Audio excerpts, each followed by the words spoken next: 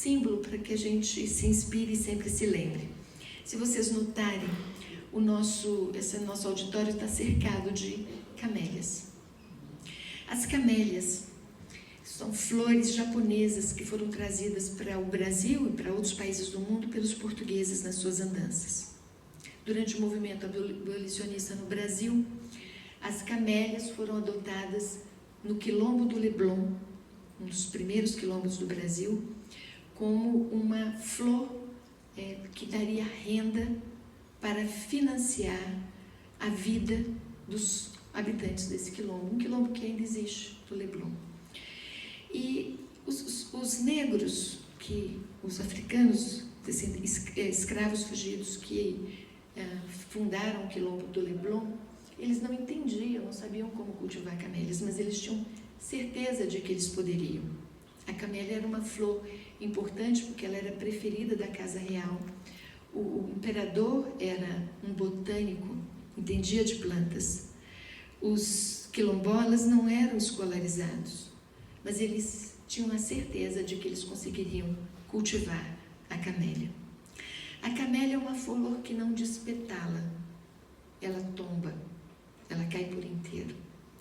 E por esse conjunto de fatores, os abolicionistas, como Joaquim Nabuco e Rui Barbosa, adotaram a camélia como um símbolo do movimento abolicionista e plantaram na porta de sua casa, no Rio de Janeiro, uma muda dessa planta para significar que ali morava um abolicionista. Rui Barbosa também fez isso. No local onde era a sua casa, hoje funciona a Fundação Casa de Rui Barbosa, ainda estão lá as camélias plantadas por ele. Uma delas na porta, em frente à janela do seu quarto de dormir, porque ele dizia que toda vez que ele abrisse a janela, ele queria se lembrar do seu compromisso cotidiano de lutar pela abolição dos escravos e contra a escravidão. No ano passado, eu escrevi para a presidente, uma mulher também, da Fundação Casa de Rui Barbosa, e pedi a ela que nos desse mudas dessas plantas, porque eu achava muito importante associar a ideia do Ministério Público com esse movimento abolicionista, agora ressignificado, com um movimento que luta por liberdades, luta por igualdade, luta por equidade, valores fundamentais para uma democracia forte. E esse é o papel institucional do Ministério Público brasileiro: lutar por liberdades, por igualdade, por equidade, por democracia. E assim fizemos com as mudas que nos foram fornecidas pela Fundação Casa de Rui Barbosa, um jardim de camélias na sede da Procuradoria-Geral da República no último dia 13 de maio, data da abolição.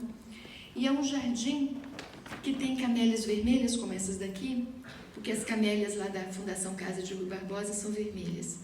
E tem camélias brancas, como a significar que não importa a cor da pele, todas elas são camélias.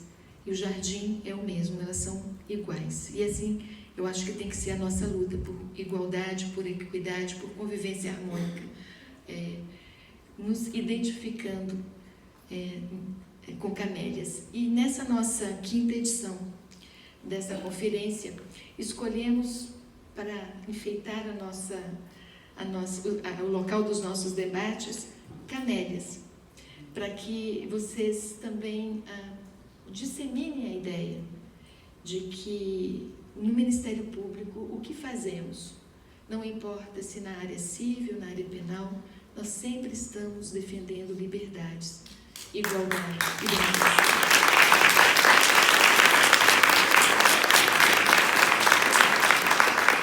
Esta conferência e seu tema, ele se une a um longo ciclo de movimentos que se desenvolveram no século XX também, não só nesse século XIX da abolição, mas ao longo do século XX. E eu gostaria de resumir muito brevemente com as seguintes considerações. No início do século XX, as mulheres lutavam por direitos políticos. Elas queriam votar. Era um movimento sufragista. No início do século XXI, as mulheres, deputada Lisiane Baia, querem ser votadas. Mas o universo dos direitos políticos, votar e ser votado, ainda não se completou para as mulheres na sua plenitude, tanto é que é ainda necessário cotas de participação das mulheres nos parlamentos, não só no Brasil, mas no mundo, cotas de financiamento de campanhas femininas. Como a dizer que, embora os direitos políticos estejam garantidos, o exercício deles depende de superação de barreiras, muitas delas, a maioria delas, invisíveis. É o que faz o sistema de cotas, é afastar, diminuir a força das barreiras que operam contra parte dos direitos políticos das mulheres, notadamente o de ser eleita, de ser votada. Ao longo do século XX, acho que o documento, marco regulatório mais importante para ser saudado é a Declaração Universal dos Direitos Humanos de 48, que pega a comunidade mundial num momento de transição muito difícil de ser administrado após a Segunda Guerra Mundial. E essa declaração, ela traz poderosamente a cláusula da igualdade de todos. E ela não constitui isso como um direito, ela apenas declara. E ao longo dos anos seguintes, nos diversos países, no Brasil também, esta cláusula começou a ser internalizada nas legislações domésticas e produziu efeitos muito transformadores. Na área dos direitos civis, por exemplo, as mulheres passaram a poder gerir o seu próprio patrimônio depois de casadas, com uma poderosa alteração do Código Civil. As mulheres passaram a ter direito à guarda dos filhos. As mulheres passaram a ter direito à integridade do próprio corpo. É o que faz a Lei Maria da Penha. As mulheres passaram a aspirar melhor educação, acesso à educação em geral, tecnológica e educação superior, porque já que participávamos da vida profissional, da vida pública, precisávamos ter melhor renda, e a melhoria da renda depende da educação. Essas revoluções nas leis civis, trabalhistas, a lei trabalhista manda ter salário igual para profissão igual, para função igual. Essa revolução toda, ela deriva desta noção que surge com a Declaração Universal dos Direitos Humanos de 1948, que diz que todos os seres humanos têm a mesma dignidade e são iguais e devem ser tratados como iguais. Essa é uma revolução ainda em curso e a nossa conferência, ela se insere nesse contexto, que é o contexto de ir superando as barreiras que existem para plena igualdade, para o tratamento respeitoso, para a participação igualitária, e que isso seja considerado normal, natural e não excepcional. Que a primeira procuradora-geral seja sucedida naturalmente por uma outra, no Estado ou na União. E isso não seja entendido como uma exceção ocasional, mas algo que pode naturalmente acontecer a dependendo da aspiração de uma delas, a depender do apoio que tem, da credibilidade que angaria para seu próprio trabalho. Nada do que eu acabei de dizer foi fácil. As sufragistas, muitas morreram. Outras sofreram danos físicos, foram atacadas.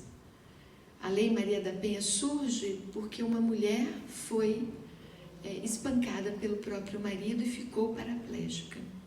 E isso comoveu as pessoas.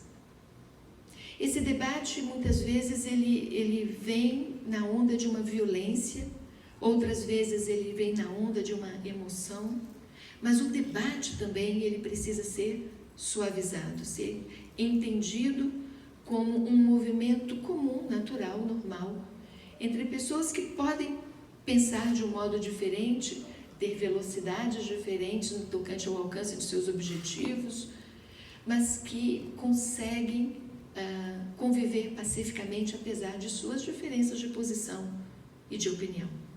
Então, essa nossa conferência ela visa criar um ambiente de debate. Vão perguntar por que não colocamos homens e mulheres na mesma sala para tratar disso nessas 5 conferências regionais? É porque nós achamos corajosamente que precisávamos criar o ambiente para abrir esta discussão com confiança, com desenvoltura, para que dores e dificuldades possam ser expressadas com mais naturalidade, com mais franqueza. Essa não pretende ser a última edição das conferências regionais. As outras poderão ter outro formato, outro objetivo. Mas nessa, nós queríamos que o ambiente majoritariamente feminino fosse um ambiente adequado para o debate franco e verdadeiro como precisa ser. Não significa que não tivemos o apoio de vários colegas do Ministério Público, homens, para desenvolver e realizar a conferência. Por todos, eu cumprimento aqui o colega João Queiromoto, que também participou da elaboração desde a conferência do ano passado, e tem sido um parceiro incrível, extraordinário, excepcional no desenvolvimento desta noção de que é preciso criar espaços de debate e que esses espaços sejam permanentes, não sejam ocasionais e fugazes. Acabei me estendendo talvez até um pouco mais do que devia, mas ainda gostaria de lhes dizer umas poucas coisas. Eu queria chamar a atenção comparativamente para essa nossa oportunidade aqui, com esse movimento que a grande jogadora Marta desenvolveu recentemente, nesse movimento chamado Go Equal. Marta é a maior artilheira de todos os tempos em Copas do Mundo feminina e masculina. Passou um batom roxo, eu não vi no dia, mas depois fiquei sabendo. Apontou para chuteiras sem patrocínio. Ela ganha menos de 1% do que ganham grandes atletas masculinos do mesmo esporte. Ela tem um talento extraordinário, persistência exemplar, disciplina rigorosa, que a ajudaram a superar lesões, a aprender outras línguas, a morar em outro país, a adaptar-se a outra cultura e a driblar preconceitos. Obstáculos muito semelhantes aos superados por jogadores do sexo masculino. A questão é que o tratamento que ela recebe de patrocinadores, do público em geral, de outros jogadores e eventualmente de outras jogadoras é diferente. Que não propicia a ela, apesar de todo esse ganho no esporte, o mesmo rendimento, o mesmo proveito que os atletas do sexo masculino. E isso é uma questão que também precisa estar na nossa análise. E eu comparo a situação da Marta com a das mulheres do Ministério Público apenas para estabelecer um paralelo de que nem sempre a fama, a visibilidade traz o benefício ou torna menor a tarefa de lutar por igualdade e por equidade. Eu li essa semana que ela decidiu não receber patrocínio por discordar de tamanha desigualdade. A chuteira censurada da Marta ilustra bem o tamanho do nosso desafio na defesa de equidade. A União Europeia, como enfatizou a Domênica, elegeu esse tema, o tema da equidade entre homens e mulheres como prioridade, como metas e indicadores claros, e no Ministério Público ao propor a vocês esse debate, para que façamos um diagnóstico subjetivo, que colha dados, que possam ser comparados com os dados quantitativos e aí formemos uma melhor compreensão da realidade das mulheres, nós estamos empenhados em estabelecer um diagnóstico mais preciso, que nos permita definir metas e indicadores, mas na condição de gestores, nós procuradores gerais, podemos também ir adotando medidas que vão dissipando esses obstáculos visíveis e invisíveis que temos em nossa carreira. O estudo Cenários de Gênero do CNMP é um destes trabalhos de referência que nós temos adotado nos nossos debates, e vocês vão ter a oportunidade de examiná-los também. Uma outra estratégia da nossa conferência é homenagear as mulheres da região. E nós achamos que um modo de fazer isso era dar nome a cada uma das salas das nossas conferências.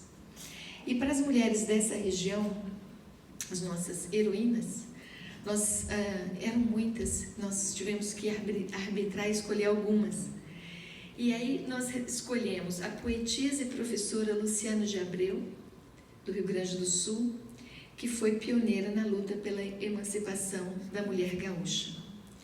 Escolhemos Rosane Caigangue, também do Rio Grande do Sul, primeira mulher indígena a assumir uma coordenação geral da FUNAI e uma das fundadoras da CONAMIA, o Conselho Nacional das Mulheres Indígenas. A mártir canonizada Santa Catarina de Alexandria, que deu seu nome ao estado catarinense e à sua padroeira, e foi exemplo de mulher que lutou por liberdade de crença, liberdade de religião. A revolucionária Anita Garibaldi, catarinense de Laguna, que lutou na Revolução Farroupilha ao lado do marido italiano, Giuseppe Garibaldi, foi registrada no livro de Heróis da Pátria, no Panteão da Liberdade e da Democracia brasileira. A ambientalista e ativista política Tereza Urban, paranaense de Curitiba, pioneira na cobertura de assuntos ambientais na imprensa, além de ter produzido extensa obra sobre direitos humanos, política, ambientalismo e ficção. A engenheira Enedina Alves Marques, também curitibana, que foi a primeira negra a exercer a profissão no Brasil, além de ser também a primeira mulher no Estado a ter esta formação. Com isso, nós queremos apenas evidenciar que a luta das mulheres ela é desenvolvida em vários espaços. O espaço das artes, da literatura, o espaço da ciência, o espaço do movimento político, não é? E nós, do Ministério Público, nós, homens e mulheres, temos um papel muito singular nisso, porque a Constituição nos deu a atribuição de lutar por liberdade e por igualdade, por equidade. Nos deu a missão de defender democracia. E ao fazer a reflexão sobre a nossa condição pessoal, os obstáculos e os estímulos que temos, podemos desenvolver empatia com a situação das mulheres na nossa sociedade e lutar por elas e defendê-las com mais autenticidade, com mais prioridade, né? Talvez também fortalecendo e compreendendo que esta é uma luta comum que se insere num contexto que alterou desde o século XIX o cenário mundial de participação de homens e mulheres na construção de uma sociedade justa e livre. Na conferência do ano passado, a procuradora que atua junto ao Tribunal Penal Internacional nos mandou um vídeo e ela dizia da importância desta temática, dizendo mais ou menos assim, que a defesa da igualdade entre homens e mulheres não interessa só as mulheres, interessa a sociedade inteira.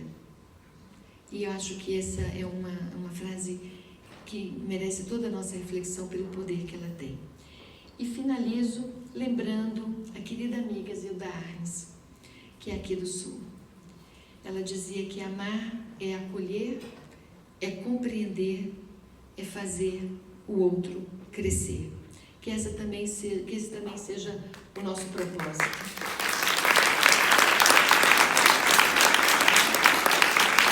Em nome de equidade, sororidade, fraternidade, é que trabalhamos para que as mulheres cresçam, progridam, façam mais gols como a Marta, atuem brilhantemente como vocês têm feito e, no fim, que sejamos todos muito felizes. Muito obrigada, que o evento seja muito feliz.